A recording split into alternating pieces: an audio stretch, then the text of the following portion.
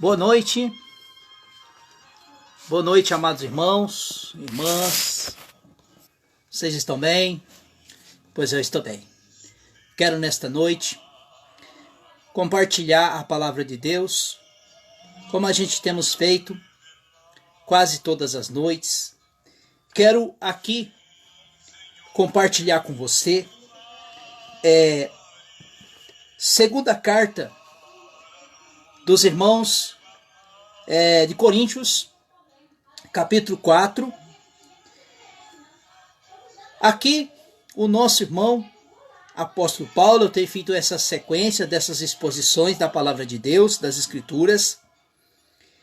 E aqui o nosso irmão apóstolo Paulo vai nos ensinar pelo Espírito Santo de Deus que nós temos, a Bíblia diz que a nossa luta, ela não é só contra a carne, mas também contra o diabo, contra o adversário, que luta excessivamente. A Bíblia diz que ele não cansa. Então, aqui, 2 Coríntios capítulo 4, faz assim, pelo que tendo este ministério, segundo a misericórdia que nos foi feito e não desfalecemos. Quando Paulo coloca aqui, é um cristão, aquele que foi salvo pelo Senhor, que é um ministro, independente das dificuldades, independente das adversidades, ele não para, ele não cessa de anunciar e de pregar Cristo. É o que eu faço aqui todas as noites, não para a minha glória, não para o meu louvor, não para mim me aparecer, não, é porque eu tenho prazer e tenho alegria de expor a palavra de Deus, de pregar a palavra de Deus. Versículo 2. Pelo contrário, rejeitamos as coisas secretas, que por vergonha não agimos com o engano e não falsificadores a palavra de Deus, antes recomendamos com a consciência que todos os homens, na presença de Deus, pela manifestação da verdade. Então, quando Paulo fala aqui, irmãos, primeira coisa, no versículo 2, ele vai falar dos falsificadores da palavra de Deus. São aqueles que distorcem as escrituras, que pregam um outro evangelho. Que outro evangelho? É o evangelho egocêntrico, é o evangelho que não leva o homem ao arrependimento dos seus pecados. Porque o evangelho, irmãos, nada mais, nada menos que é levar o homem a ser convencido do seu pecado, da justiça e do juízo, e reconhecer a pessoa de Cristo como seu Salvador. O evangelho não é para termos vida confortável, claro que nós servimos a Deus, Deus vai nos dar isso, mas o evangelho de Jesus. Então, quando Paulo fala aqui, para não ser falsificadores, pois a Bíblia vai dizer aqui, Gálatas, capítulo 1, Paulo traz essa exortação para os irmãos galatenses, para os irmãos lá de Gálatas, que eles estavam desviando da verdade de Cristo, estavam voltando aos regimes da lei. E aí Paulo exortou muito rigorosamente, que diz assim, Gálatas capítulo 1, diz assim a palavra de Deus: pelo qual não é um outro evangelho, mas algum de vós inquietam, querendo perverter o evangelho de Cristo. Quer dizer, estava infiltrando entre os irmãos galatenses, pessoas querendo tirar os irmãos, as pessoas do foco de Cristo. Aí o versículo 8 diz assim: mas ainda, que nós mesmo, um anjo do céu, vos anunciasse um outro evangelho, além do que já está anunciado, ou tem versão que fala além daquele que já está posto, o qual é esse? Jesus Cristo, o qual seja amaldiçoado, ou seja, anátema. Então, o evangelho que o Senhor Jesus nos deixou, o evangelho que o Senhor Jesus deixou para a igreja pregar, para anunciar, isso ficou para a igreja, para os salvos anunciar o evangelho. E Paulo agora, ele fala que ele não recebeu o evangelho de homens, ele recebeu sim do Senhor. Por o versículo 9 diz assim: assim como já disse, agora de novo também digo, se alguém vos anunciar um outro evangelho que já recebeste, seja amaldiçoado, persuando agora homem ou a Deus, ou procuro agradar os homens, que tivesse indo agradar os homens, como seria de Cristo. Então, Paulo, ele está dizendo que tem um falso evangelho. Então, esse evangelho que não leva a arrependimento para o pecador, ele é falso evangelho. Vamos voltar aqui para o capítulo 4 e vamos dar seguimento. Então, Paulo aqui ele fala para não sermos falsificadores do evangelho. E no versículo 4 ele diz assim, primeiro nós vimos que Paulo está dizendo para não sermos falsificadores, para não anunciar um falso evangelho. Só que agora tem um inimigo arcavelho que ele cega o entendimento das pessoas para que não resplandece a luz do evangelho. Pois diz o texto, nos quais o Deus deste século, que Deus deste século é esse? É aquele mesmo inimigo que operava lá nos tempos de Paulo, que às vezes queria intervir Cristo, anunciar o evangelho.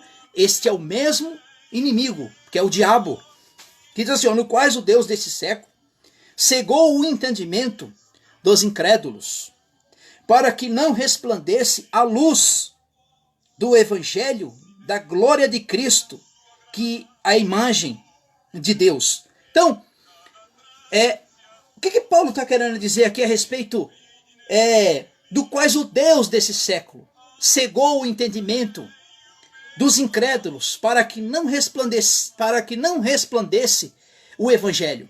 Irmão, tem pessoas que diz que serve a Deus, mas às vezes o evangelho ainda não transformou ele. O evangelho ainda não transformou ele num caráter. Jesus, aqui em Mateus, capítulo 13, o seu versículo 4, ele diz assim, a santa palavra de Deus.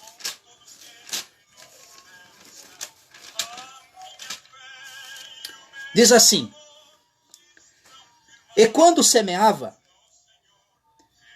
da parte da semente, caiu à beira do caminho, e vieram as aves do céu e comeram, Então Jesus, ele conta aqui uma parábola de um semeador que saiu semeando a semente. Essa semente é a palavra de Deus. Nós somos o semeador. E nós semeamos essa palavra, né? Eu não sei qual é o efeito que essa palavra vai fazer, mas nós estamos aqui anunciando. Então, ele saiu para semear. E quando ele semeava, parte da semente caiu à beira do caminho. Só quero falar sobre essa semente, né? Então, o que Paulo está dizendo assim, que o Deus desse século cegou o entendimento de muitos para que não resplandece a luz do evangelho. Olha o versículo 19 diz assim: e ouvindo alguém a palavra do reino, quer dizer, ouvindo a palavra de Deus, e não entendendo, vem o maligno, vem o diabo, e arranca que foi semeado no coração.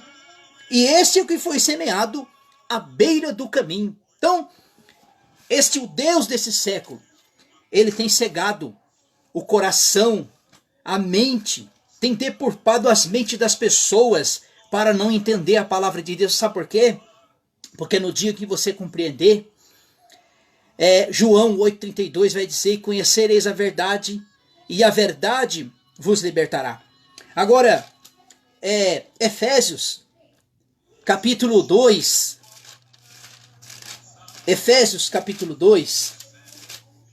diz assim, a santa palavra de Deus: nos quais andaste. Agora ele já está falando agora daqueles que entenderam o evangelho, que entendeu a palavra de Deus. Nos quais andastes em outros, segundo os recursos deste mundo, segundo os príncipes, contra os príncipes e principados e potestades malignas deste século, segundo os príncipes e o poder do ar e do espírito que agora opera nos filhos da desobediência. Então, meu amado irmão, minha amada irmã, Paulo vai dizer que nós temos que pregar a palavra de Deus tempo e fora de tempo. Se alguém vai nos ouvir, não sabemos, mas o nosso intuito é pregar a palavra, pregar o evangelho. Então vamos voltar aqui em Coríntios, novamente, para nós. 2 Coríntios, capítulo 4. Não vou sair do texto mais. E aí diz assim, o versículo 5. Pois nós pregamos a nós mesmos, mas a Cristo Jesus, o Senhor, nós mesmos somos servos por amor dele. Então, Paulo dizendo assim que ele não pregava ele mesmo, ele não pregava dele mesmo, mas ele pregava Cristo. Versículo 6. Pois Deus, que disse, das trevas resplandece a luz que brilhou em nossos corações, para iluminar o conhecimento da glória de Deus e da face de Jesus Cristo. Então Paulo está dizendo aqui que quando a luz do evangelho entra dentro de nós, nós passamos a compreender as coisas do Espírito, as coisas do Senhor, as coisas de Deus. Aí versículo 7, ele vai falar agora aqui do novo nascimento, daqueles que receberam o evangelho, foram iluminados pelo evangelho. Porque o evangelho é o poder de Deus, meus irmãos, tanto do judeu como do grego, que ele é o poder de Deus para a salvação, tanto do judeu como do grego. Então não existe salvação fora do evangelho. Não existe salvação sem o anúncio da pregação do santo evangelho. Aí o versículo 7. Temos, porém, tesouros em vasos de barro, para a excelência do poder, seja de Deus e não para nós. Aí Paulo, o que Paulo quer dizer aqui? Que tem tesouros em vasos de barro. Nós somos o que, irmãos? Nós fomos formados da onde? Nós somos formados da argila. Nós somos formados do barro.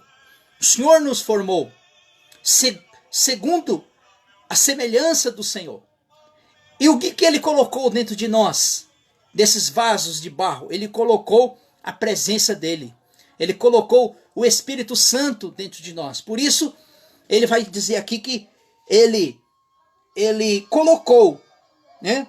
Colocou vasos. Ele colocou nos vasos de barro o precioso Espírito Santo dentro de nós. Versículo 8.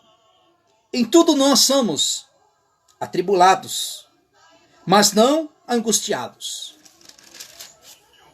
Perplexo, mas não desanimados. Perseguidos, mas não separados. Abatidos, mas não destruídos. Levando sempre por toda parte a morrer do Senhor Jesus, o nosso corpo, para a vinda de Jesus, manifeste também no nosso corpo. E assim, nós que vivemos, estamos sempre entregue à morte, por amor a Jesus, para que a vida de Jesus manifeste também no nosso corpo mortal. Então que Paulo, para ele, morrer ou viver seria lucro. Até então que ele disse, morrer para mim é lucro. Por quê? Porque aqui ele está falando em questão da ressurreição. Versículo 11, assim nós que vivemos estamos sempre entregues à morte, por amor a Jesus, para que a vida de Jesus se manifeste também no nosso corpo mortal, né? Que ele já está falando em relação do corpo glorificado. De maneira que em nós opera a morte, em vós de vida. E temos, portanto, o mesmo espírito de fé, como está escrito, criei, por isso falei também que cremos, por isso também falaremos. Sabemos que aquele que ressuscitou, nos ressuscitará também por Jesus Cristo e apresentará convosco.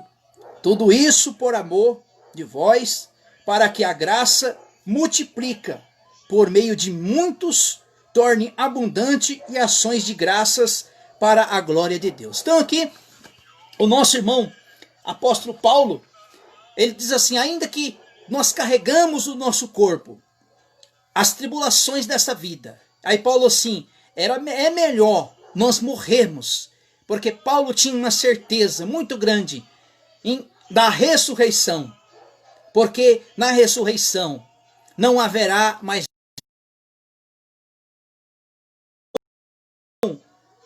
da morte física. Então Paulo está dizendo, a todos os tempos, enquanto nós estivermos nesta vida, nós vamos viver atribulado pelas questões desta vida. Que Deus abençoe em nome de Jesus.